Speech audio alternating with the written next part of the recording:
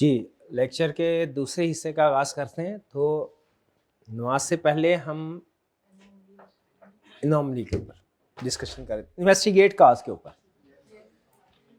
कि अगर हमने प्रोसीजर परफॉर्म किए, सब कुछ ओके, कोई चीज़ मिसिंग है तो देखेंगे नॉट एप्लीकेबल वाला प्रॉब्लम है या के नॉट अवेलेबल वाला, अकॉर्डिंगली इसको डील करना है। और अगर कोई चीज़ अवेलेबल है लेकिन ओके नहीं है, गड़बड़ है, तो उसको इन्वेस्टिगेट करना है, उसकी नेचर एंड कॉज के किस वजह से है और किस नेचर की ये एरर है, प्रॉब्लम है। दो इसमें चीजें साबित हो सकती हैं। पहली चीज ये साबित हो सकती है कि एरर जो है ना वो वन ऑफ किस्म का एरर था, एबनॉर्मल, अनयूजुअल। ऐसा एरर जो एबनॉर्मल हो, अनयूजुअल हो, वन ऑफ किस्म का हो, कभी कभार होने वाला हो, उसको हम अलग तरीके से ट्रीट करते हैं। जैसे इसकी एग्जांपल क्या है कि एरर एक ऐसे पर्सन ने किया जो कि टेम्परेरी एम्प्लॉय था, ठीक है, ड्यूरिंग द ईयर। जैसे हमारा मैनेजर अकाउंट्स है, वो कुछ छुट्टी पे चला गया, अचानक उसकी तबीयत खराब हुई, 2-3 दिन नहीं आया। उसकी जगह पे जो दूसरा एक टेम्परेरी बेसिस के ऊपर एम्प्लॉय रखा था, उसने गलती की। ये गलती होगी वन ऑफ एरर, एबनॉर्मल। इसको हम अलग क्यों करते हैं? इसकी रीजन ये है कि ऐसा एरर रिप्रेजेंटेटिव ऑफ पॉपुलेशन नहीं होता। ऐसा एरर साल के बाकी टाइम पीरियड में रीअकर नहीं हुआ होगा। एरर जरूर है, गड़बड़ जरूर है, लेकिन चूंकि रिप्रेजेंटेटिव ऑफ पॉपुलेशन नहीं, इसलिए उसको हम अलग से लिखते हैं, इसे प्रोजेक्शन में यूज नहीं करते। एनोमली को, एनोमलस एरर को जब हम प्रोजेक्शन करते हैं, प्रोजेक्शन पता है क्या होती है? कि हमारे सैंपल में इतने के एरर्स हैं तो पूरी पॉपुलेशन में कितने के एरर्स होंगे, ये होती है प्रोजेक्शन। अब ये चूंकि ये वाला एरर वन ऑफ किस्म का है, यूनिक है, एक अकेला ही एरर है, ठीक है, अपनी किस्म का, ये साल के बाकी टाइम पीरियड में रीकर नहीं हुआ, तो फिर इसे हम प्रोजेक्शन में यूज नहीं करते। समझ आ रही है रीजन क्यों नहीं यूज करते? क्योंकि सिंपल रिप्रेजेंटेटिव ऑफ पॉपुलेशन नहीं है। लेकिन वो कहता है कि इसको आप पहले तसल्ली से चेक कर लें कि क्या ये वाकई ही एनोमली है, एनोमलस एरर है, ये तसल्ली कर लें। जब तसल्ली हो जाए कि ये वाकई ही एनोमलस है, तो फिर हमने इसे प्रोजेक्शन में इंक्लूड नहीं करना। क्यों नहीं करना? रिप्रेजेंटेटिव ऑफ पॉपुलेशन नहीं है। एक तरह का एरर ही है एनोमलस। एक दूसरी तरह का एरर भी क्या, कि अगर फर्ज कीजिए आपको एक से ज्यादा एरर्स मिले, ये तो था सिंगल एरर। ये कंसेप्ट क्या है? आपको मल्टीपल एरर्स मिले और उनमें कोई कॉमन लिंक है, ठीक है। जैसे आपने अक्सर सुना होगा कि जो सीरियल किलर होते हैं, इनमें इनका जो तरीका वारदात होता है ये एक जैसा होता है, या ये कोई ऐसी चीज, ऐसी निशानी के तौर पे छोड़ जाते हैं जिससे पता चले कि ये एक ही पर्सन का काम है। डिफरेंट रीजन होती है, ठीक है। नहीं आई कि आप कौन सा सीरियल किलर है? तो ये है हमारा कंसेप्ट के समटाइम जब हमारे सामने मल्टीपल एरर्स होते हैं, फर्ज कीजिए आपने कुछ वेरिफिकेशन प्रोसीजर परफॉर्म किए, आपको 5 एरर्स पता चले, और फिर ये पता चला कि ये 5 एरर्स ही प्रोडक्ट, 4 प्रोडक्ट्स हैं कंपनी की जिनमें ये 5 एरर प्रोडक्ट ए से रिलेट करते हैं, या ये 5 एरर सिर्फ ये जो है हर महीने की आखिरी ट्रांजैक्शन है, या ये 5 एरर्स किसी एक ही ब्रांच से रिलेट करते हैं, या इन 5 एरर्स के एंड पे 0 आता है। अभी आपके स्केप्टिसिज्म का इम्तिहान है कि वो इन एरर्स में कोई कॉमन फीचर या लिंक ढूंढ पाता है कि नहीं। आम इंसान शायद इसको इग्नोर कर दे, लेकिन जो इन्वेस्टिगेटर्स होते हैं, जो ऑडिटर्स होते हैं, वो लिंक ही करते हैं। और आजकल जो है वो चूंकि हम कंप्यूटर्स को भी यूज करते हैं, एआई को भी यूज करते हैं अपने ऑडिट प्रोसीजर परफॉर्म करने में, तो इस तरह के कॉमन फीचर को आइडेंटिफाई करना, एनालाइज करना पहले की निस्बत बताया मुश्किल हो गया कि आसान हो गया? आसान हो गया। अगर आपको पता चल जाए कि कुछ एरर्स में कॉमन फीचर्स हैं, जैसे हो सकता है सारे एरर्स किसी एक ही प्रोडक्ट टाइप से रिलेट करते हो, एक ही मंथ से रिलेट करते हो, एक ही स्टाफ मेंबर से रिलेट करते हो, एक ही लोकेशन से ब्रांच से रिलेट करते हो, तो फिर आप क्या करें? अच्छा मैं आपसे पूछता हूं आप क्या करेंगे अगर ये समझ आ गई? तो आप उस लिंक को पकड़ के जो रिमेनिंग पॉपुलेशन में इस तरह की ट्रांजैक्शंस हैं उनको चेक करेंगे। ठीक है, जैसे हर महीने की आपको पता चले ये हर महीने की लास्ट ट्रांजैक्शन है जिनमें यार, तो आप जो बाकी के महीनों की लास्ट ट्रांजैक्शंस है ना उनको भी सेलेक्ट कर लेंगे। आपको पता चले ये सारे एरर एक ही प्रोडक्ट में है, तो आप फिर उस प्रोडक्ट पे मजीद प्रोसीजर को एक्सटेंड करेंगे कि इस प्रोडक्ट में और भी गलती होने के चांस है। एक ही ब्रांच में सारी गलतियां, इसका मतलब इस ब्रांच में कोई गड़बड़ चल रही है। अपने प्रोसीजर एक्सटेंड कर देंगे। और क्यों एक्सटेंड कर देंगे? क्योंकि मोस्ट प्रोबेबली ये कोई रिस्क ऑफ फ्रॉड को इंडिकेट कर रहा है। रिस्क ऑफ फ्रॉड ये होता है सिस्टमैटिक एरर। ये तो होता है ना आइसोलेटेड किस्म का एरर, वन ऑफ किस्म का। यह है सिस्टमैटिक सीक्वेंस ऑफ एरर्स। तो फिर उस सीक्वेंस को पकड़ के, उस ट्रेल को पकड़ के हम आगे जो दूसरे ट्रांजैक्शंस हैं जो इसी नेचर की होंगी, इसी टाइप की होंगी, उनको आइडेंटिफाई करके वेरिफिकेशन करने। क्यों हम उन बाकी के ट्रांजैक्शन को भी फोकस कर रहे हैं? क्योंकि ये रिस्क ऑफ फ्रॉड है। डन जी? ठीक है, फिर उन ट्रांजैक्शन को फिर आपने अलग अलग नहीं देखना, उनको इकट्ठा एक ही सीक्वेंस की लड़ी, एक ही लड़ी समझनी है। जैसे वो सीरियल कलर होता है, अंगूठे वाली मिसाल दी थी आपको। ठीक है, तो अगर 2-3 लाशें ऐसी आ जाए जिनका सिर्फ अंगूठा गायब है, तो उसका मतलब इनके पीछे एक ही सीरियल कलर किलर है। फिर अगर इस जैसे और भी अगर इश्यू सामने आते हैं तो आपने उनकी अलग अलग इन्वेस्टिगेशन नहीं करनी, उनको इकट्ठा, क्योंकि पीछे एक ही पर्सन प्लान कर रहा है। ये हो गया हमारे प्रोसीजर परफॉर्म। ये दूसरे वाला भी हमारा स्टेप हो गया। सैंपल डिजाइन हो गया था, अब प्रोसीजर भी परफॉर्म कर लिए। अब अगर हमने प्रोसीजर परफॉर्म किए हैं तो इसके नतीजे में जैसे टेस्ट ऑफ कंट्रोल है, तो प्रोसीजर परफॉर्म करने से कुछ ट्रांजैक्शन इनवॉइसेस पे आपको पता चला होगा कि ठीक है, और कुछ में आपको कोई ना कोई गड़बड़ नजर आई होगी। ऐसा ही है। ओके, तो अब हमने क्या करना है? अब आपने फौरन रिजल्ट वैल्यूएशन नहीं करनी। आईकैप केस स्टडी में इस कंसेप्ट को टेस्ट कर चुका है कि वो आपसे प्रोसीजर परफॉर्म करके उससे रिजल्ट बता देता है कि ये आपकी पॉपुलेशन थी, ये सैंपल था, उसमें से ये आपने टेस्ट ऑफ कंट्रोल परफॉर्म कर रहे थे तो ये डेविएशन है, टेस्ट ऑफ डिटेल परफॉर्म कर रहे थे तो ये मिसस्टेटमेंट है। तो टेस्ट ऑफ डिटेल का केस था, आईकैप ने कहा ये मिसस्टेटमेंट है, इसको मटेरियलिटी लेवल के साथ कंपेयर किया तो पता चला इमटेरियल है। बताइए सही किया क्या? तो सही नहीं किया। क्यों सही क्यों नहीं किया?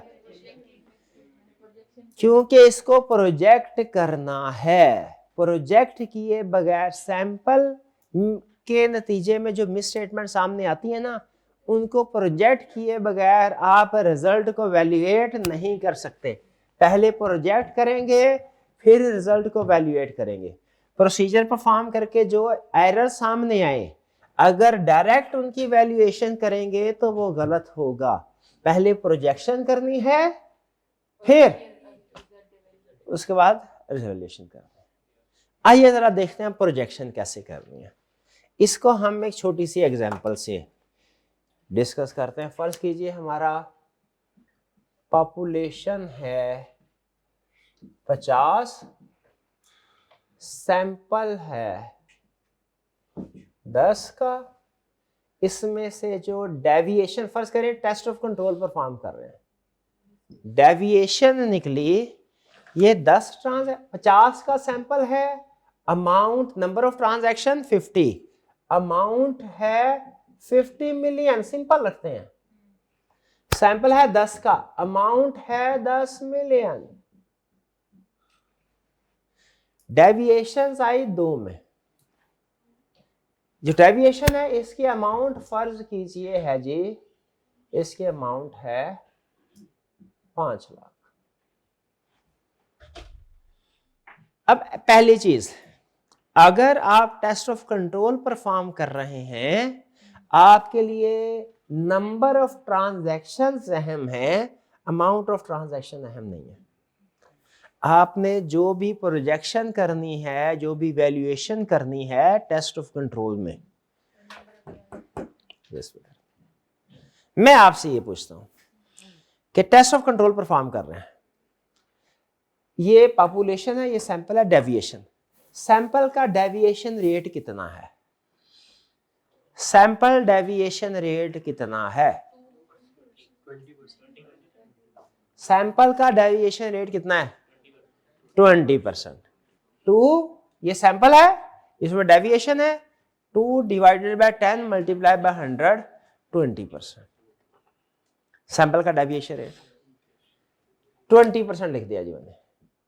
अच्छा, अगर सैंपल में 10 के सैंपल में 2 की डेविएशन है, 50 के पॉपुलेशन में कितनी डेविएशन होगी? 2 डिवाइडेड बाय 10 मल्टीप्लाइड बाय 50, ऐसे ही कैलकुलेट किया। अब पॉपुलेशन में डेविएशन कितनी आ गई? 10। पॉपुलेशन का डेविएशन रेट कितना आया है? वो तो सैंपल का डेविएशन रेट था, पॉपुलेशन का भी। हाँ, क्या ये कोई इत्तेफाक है? नहीं। हमेशा 50 दफा कैलकुलेशन कर लें, हमेशा सैंपल का जो डेविएशन रेट है वही पॉपुलेशन का ही प्रोजेक्टेड डेविएशन रेट आएगा। इसीलिए ऑडिटिंग स्टैंडर्ड ये कहते हैं कि टेस्ट ऑफ कंट्रोल के केस में आपको प्रोजेक्शन की जरूरत नहीं है। टेस्ट ऑफ कंट्रोल के केस में ऑडिटिंग स्टैंडर्ड क्या कहते हैं? टेस्ट ऑफ कंट्रोल के केस में प्रोजेक्शन की जरूरत नहीं है। जो सैंपल का डेविएशन रेट है वही पॉपुलेशन का डेविएशन रेट है, प्रोजेक्शन की जरूरत नहीं है। क्या कहते हैं auditing standard? Test of controls में प्रोजेक्शन की जरूरत नहीं है। जो सैंपल का डेविएशन रेट है वही पॉपुलेशन का ही डेविएशन रेट है। मिसाल आपके सामने है, कोई और चेंज करनी है, फिगर चेंज करके कैलकुलेट कर ले, सेम रिजल्ट पे पहुंचेंगे। डन जी, समझ आ रही है? अच्छा, मुझे बताइए एक्सपेक्टेड रेट ऑफ डेविएशन और टॉलरेबल रेट ऑफ डेविएशन में क्या, sorry, expected rate of deviation और प्रोजेक्टेड रेट ऑफ डेविएशन में क्या फर्क है? सेम नहीं होगा।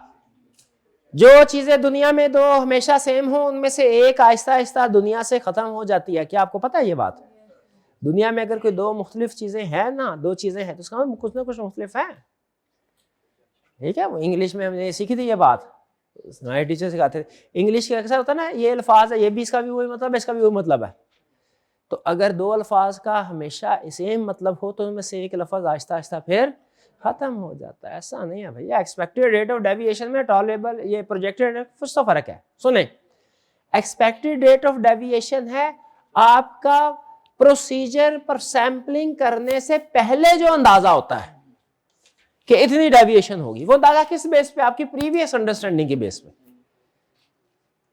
वो है एक्सपेक्टेड रेट ऑफ डेविएशन। लेकिन सैंपलिंग परफॉर्म करने के बाद जो सैंपलिंग की बेस पे आपका अंदाजा होता है कि रेट, वो प्रोजेक्टेड। तो प्रोजेक्टेड रेट ऑफ डेविएशन की बेस क्या है? Sampling. Projected rate of deviation sampling के बाद कैलकुलेट होता है, expected rate of deviation sampling से पहले कैलकुलेट होता है। एक्सपेक्टेड रेट ऑफ डेविएशन की बेस सैंपलिंग नहीं, आपकी प्रायर अंडरस्टैंडिंग है। ठीक है, इसी ऑडिट में कोई रिस्क असेसमेंट प्रोसीजर पर अंडरस्टैंडिंग मिली होगी, पिछले ऑडिट में कोई अंडरस्टैंडिंग मिली होगी। ठीक है, तो टेस्ट ऑफ कंट्रोल के केस में ऑडिटिंग स्टैंडर्ड क्या कहते हैं? प्रोजेक्शन करने की जरूरत नहीं। क्यों जरूरत नहीं है? जो सैंपल का डेविएशन रेट है वही पॉपुलेशन। लेकिन कहते हैं कि आपने टेस्ट ऑफ डिटेल के केस में प्रोजेक्शन करनी है, इसमें प्रोजेक्शन लाजमी है, मैंडेटरी है। और प्रोजेक्शन कैसे करेंगे? अमाउंट्स के जरिए। इतने के सैंपल में इतनी मिसस्टेटमेंट्स हैं तो टोटल पॉपुलेशन में कितनी होंगी? जैसे आप प्रोजेक्शन करके मुझे दिखाइए, 10 मिलियन के सैंपल में 5 लाख की मिसस्टेटमेंट है, 50 मिलियन की पॉपुलेशन में कितनी मिसस्टेटमेंट होंगी? कैसे? 2.5 मिलियन। कैसे आया? 500,000 divided by 10 million multiplied by 50 million. ये है प्रोजेक्शन। इतने के सैंपल में इतनी की मिसस्टेटमेंट तो टोटल पॉपुलेशन में कितनी होंगी? ये है projected miss statement. Projected miss statement समझ आ गई, प्रोजेक्शन समझ आ गई। अब अगर प्रोजेक्शन समझ आ गई तो आपको पता चल गया होगा कि सैंपलिंग में क्यों मॉडिफाइड ओपिनियन नहीं दिया जाता। कुछ समझ आई आपको? क्योंकि सैंपलिंग में जो मिस स्टेटमेंट होती है वो हमारी प्रोजेक्टेड मिस स्टेटमेंट, एक्चुअल नहीं होती, वो प्रोजेक्टेड होती है, वो एस्टिमेटेड होती है, फॉरकास्टेड होती है, वो एक्चुअल मिस स्टेटमेंट नहीं होती। और रूल ये है, हमारे ऑडिटिंग स्टैंडर्ड ये कहते हैं कि मॉडिफाइड ओपिनियन तभी दे सकते हैं जब एक्चुअल मिस स्टेटमेंट हो। जब आपका अंदाजा है ना, फॉरकास्ट है कि मिस स्टेटमेंट होगी, एक्सपेक्टेड है, तो आप अपने प्रोसीजर तो बढ़ा सकते हैं कि हमें लग रहा है इसमें मिस स्टेटमेंट है, हमें प्रोसीजर बढ़ा देने चाहिए। ओपिनियन मॉडिफाई नहीं कर सकते, इसलिए सैंपलिंग में मॉडिफाइड ओपिनियन नहीं होता। सैंपलिंग का ये मकसद ही नहीं होता मॉडिफाइड ओपिनियन में। भाई ये प्रोजेक्शन समझ आ गए? इसमें क्या सीखा हमने? टेस्ट ऑफ कंट्रोल के केस में प्रोजेक्शन करने की जरूरत नहीं, सैंपल का ही डेविएशन रेट पॉपुलेशन का प्रोजेक्टेड रेट ऑफ डेविएशन होगा। लेकिन टेस्ट ऑफ डिटेल में प्रोजेक्शन करनी है। और कैसे करनी है? सैंपल में इतने की मिस स्टेटमेंट है, पॉपुलेशन में कितने की होंगी। चलिए प्रोजेक्शन भी होगी। लास्ट कंसेप्ट क्या आ गया हमारा? Result valuation. बताइए पहले टेस्ट ऑफ कंट्रोल की वैल्यूएशन करें कि टेस्ट ऑफ डिटेल की? शाबाश, समझ गए हैं क्यों भला? पहले कंट्रोल होंगे, बाद में टेस्ट ऑफ डिटेल। तरतीब में भी कंसेप्ट होता है। चले सुने जरा ये। अच्छा, जब हमने, मैं वैसे तो इसका ताल्लुक नहीं है, लेकिन एक छोटा सा कंसेप्ट रिफ्रेश कर रहा हूं जिससे कंसेप्ट समझने में आसानी होगी। जब हमने इंपैक्ट ऑन रिपोर्ट बताया था ना, तो हमने एक मटेरियलिटी लेवल डिसाइड किया था, और हमने कहा था जो मटेरियलिटी लेवल है ना, हमारी जो मिस स्टेटमेंट है या स्कोप लिमिटेशन, उसे हमने मटेरियलिटी लेवल के साथ कंपेयर करना है। अगर मिस स्टेटमेंट मटेरियलिटी लेवल से कम हुई तो इसका मतलब ओके, और अगर मिस स्टेटमेंट मटेरियलिटी लेवल से ज्यादा हुई तो गड़बड़ है। यहां पे सुनना, यहां पे मटेरियलिटी नहीं है, लेकिन उसका अल्टरनेट है, वो क्या है? टॉलरेबल। तो जब हम टेस्ट ऑफ कंट्रोल्स में इवैल्यूएशन कर रहे होंगे, हम टॉलरेबल रेट ऑफ डेविएशन को, किसको? टॉलरेबल रेट ऑफ डेविएशन को प्रोजेक्टेड रेट ऑफ डेविएशन के साथ कंपेयर करेंगे। अगर projected rate of deviation tolerable rate of deviation से कम हुआ तो गुड है, कंट्रोल स्ट्रॉन्ग है, कंट्रोल पे रिलाय करो और सब्सटेंटिव प्रोसीजर कम कर दो। वैल्यूएशन समझ आए? और अगर projected rate of deviation tolerable rate of deviation से ज्यादा हो तो गड़बड़ है, कंट्रोल्स वीक हैं, कंट्रोल्स पे रिलाय मत करो, सब्सटेंटिव प्रोसीजर बढ़ा दो। मैं ये बात समझे?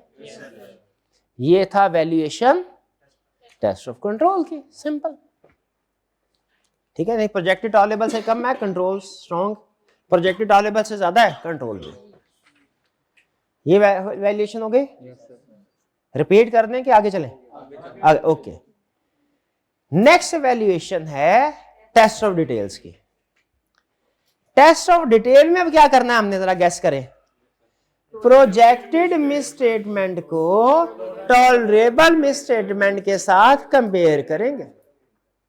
प्रोजेक्टेड मिस स्टेटमेंट को टॉलरेबल मिस स्टेटमेंट के साथ कंपेयर करेंगे।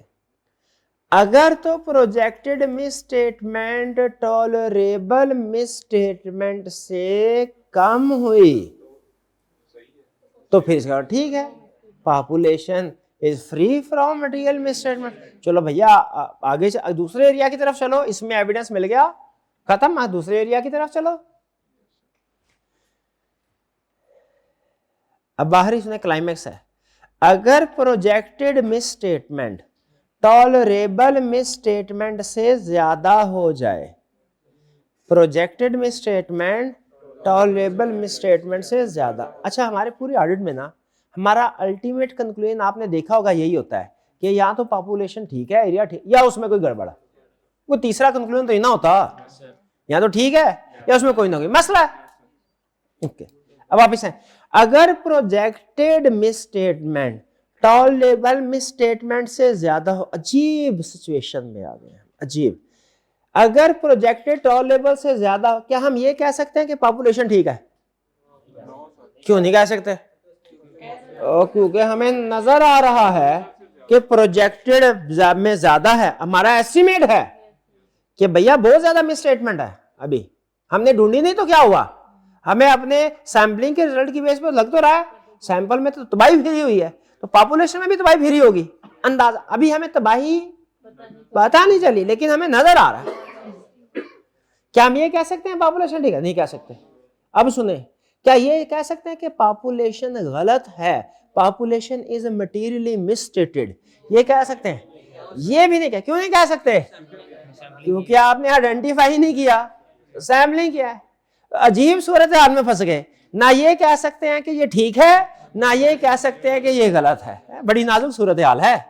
ना ये कह सकते हैं कि ठीक है, ना ये कह सकते हैं कि गलत। इसको स्टैंडर्ड ने पता है किन अल्फाज का नाम दिया? Sampling does not provide reasonable basis for our conclusion.